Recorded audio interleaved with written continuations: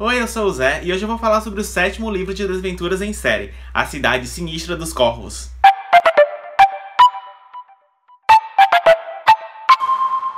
Apesar de muita gente não ter gostado desse livro, eu gostei.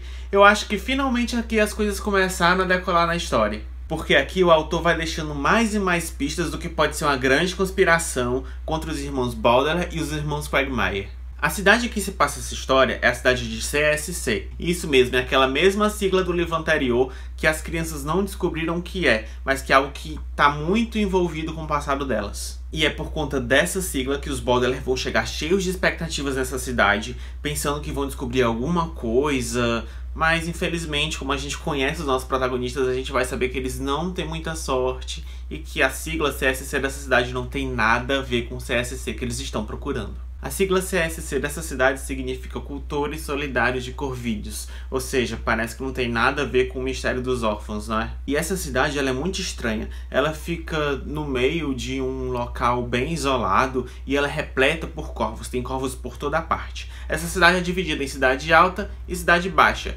e todas as manhãs esses corvos ficam todos na parte da cidade alta e durante a tarde eles migram todos para a cidade baixa. E à noite, na hora de dormir, eles migram pra fora da cidade. E essa cidade é muito divertida.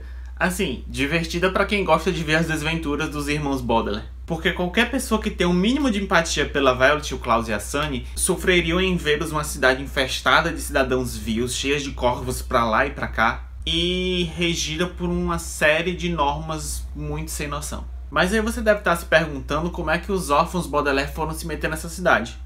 E, gente, não é muito difícil a gente adivinhar que novamente o Sr. Poe teve essa ideia genial de jogar os órfãos dentro dessa cidade, baseado num ditado popular que diz que é preciso uma cidade para educar uma criança. E é por isso que ele inscreve os órfãos nesse programa de adoção diferente, onde literalmente a cidade vai cuidar das 3 crianças. Bom, como todos os livros anteriores da série, o autor vai focar muito no desprezo que os adultos possuem pelas crianças.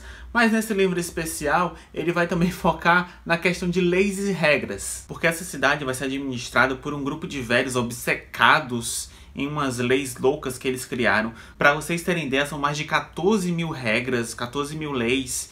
E assim, são muito autocontraditórias, não tem nada a ver. E esses velhos obcecados por regras, eles vão se intitular como o Conselho de Anciãos. E é nesse conselho que nós vamos conhecer o Hector. O Hector é como se fosse um ajudante, um faz-tudo, um factotum de toda a cidade. E o conselho decide que é na casa do Hector que as crianças vão ficar hospedadas. Porque ninguém mais na cidade quis dar moradia para essas crianças.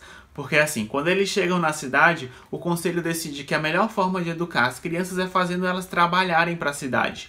Então as crianças vão ser forçadas a fazerem todas as tarefas da cidade, enquanto todos os adultos da cidade vão ficar lá se divertindo ou fazendo qualquer outra coisa, e elas vão limpar o chão, varrer as ruas, ajeitar qualquer coisa que esteja quebrada na cidade. E eles acham que isso é o suficiente que eles estão fazendo, então eles não precisam gastar dinheiro nem com alimentação e nem com moradia para essas crianças. Então eles pegam o Hector, que é um sujeito gentil, bondoso, e joga as crianças para morarem com ele.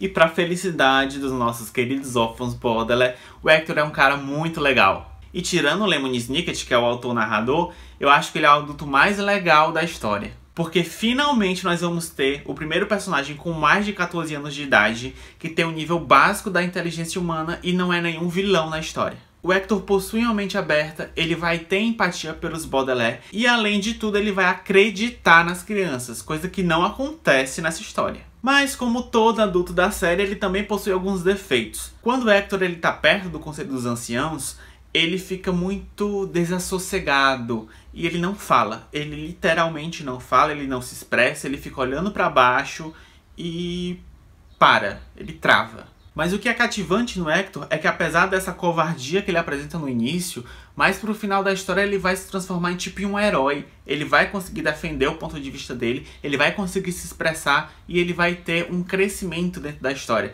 O que é muito difícil da gente ver nesses personagens adultos tão caricatos que é colocado dentro da história. Isso estava fazendo meio que uma falta. Bom, mas voltando à casa do Hector, é nela que os órfãos vão ficar hospedados e é nela que todas as noites os corvos migram para dormir. Não exatamente nela, mas uma árvore que tem perto, que é a árvore do Nunca Mais. Isso mesmo, ela é uma referência ao poema O Corvo, da Edgar Allan Poe, que tinha um corvo que ficava falando nunca mais, algo parecido. E nessa casa a gente também vai ter ideia de como o Hector é um revolucionário, que ele tá tramando criar uma invenção que ele possa conseguir fugir dessa cidade, se ver longe dessas regras, desse conselho de anciãos muito chato e dar adeus a essa vida chata que ele tem. Dentro do celeiro dele, ele vai ter uma biblioteca escondida, porque ter bibliotecas, ter livros nessa cidade também é um crime, que você vai ser queimado na fogueira caso encontrem. E ele também possui um estúdio secreto de invenções, que vai ser muito útil para Violet. Mas a trama real da história se inicia quando misteriosamente, todas as noites, começam a cair uns bilhetes de cima da árvore do Nunca Mais, e as crianças começam a ler e eles acham a escrita muito parecida com os poemas que a Isadora Quagmire escrevia na época da escola. E é a partir daí que os órfãos vão se ver numa espécie de quebra-cabeça para descobrir da onde estão vindo esses poemas da Isadora e onde é que a Isadora está escondida nessa cidade. E se a Isadora está escondida nessa cidade, é lógico que o Conde Olaf vai aparecer nessa cidade também em um disfarce, e dessa vez ajudado por uma misteriosa policial chamada Luciana. Além disso, outro fato importante da história é que o Lemony Snicket ele vai se tornar menos autor-narrador, ele vai se tornando um personagem dentro da história.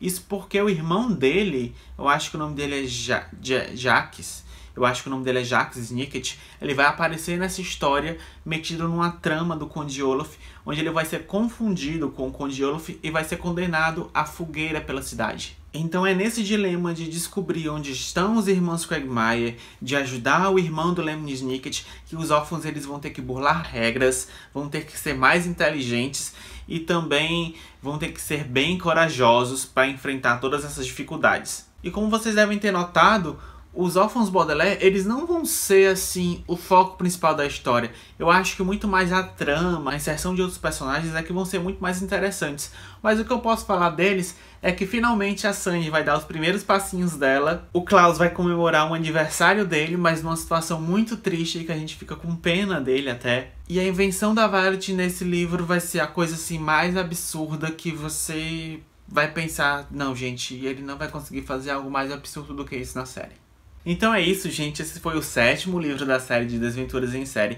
Eu gostei bastante. Eu queria saber se vocês já leram esse livro ou se vocês estão interessados em ler. Eu acho que com a estreia na Netflix da série, eu acho que vocês ficaram mais animados em acompanhar. Eu indico muito pra vocês, apesar da série dar mais spoiler do que eu estava imaginando.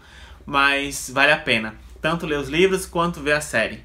Mas eu acredito que ler os livros antes seja melhor, tá? Não se esqueçam de nos seguir nas redes sociais, de se inscrever no nosso canal e até a próxima. Tchau!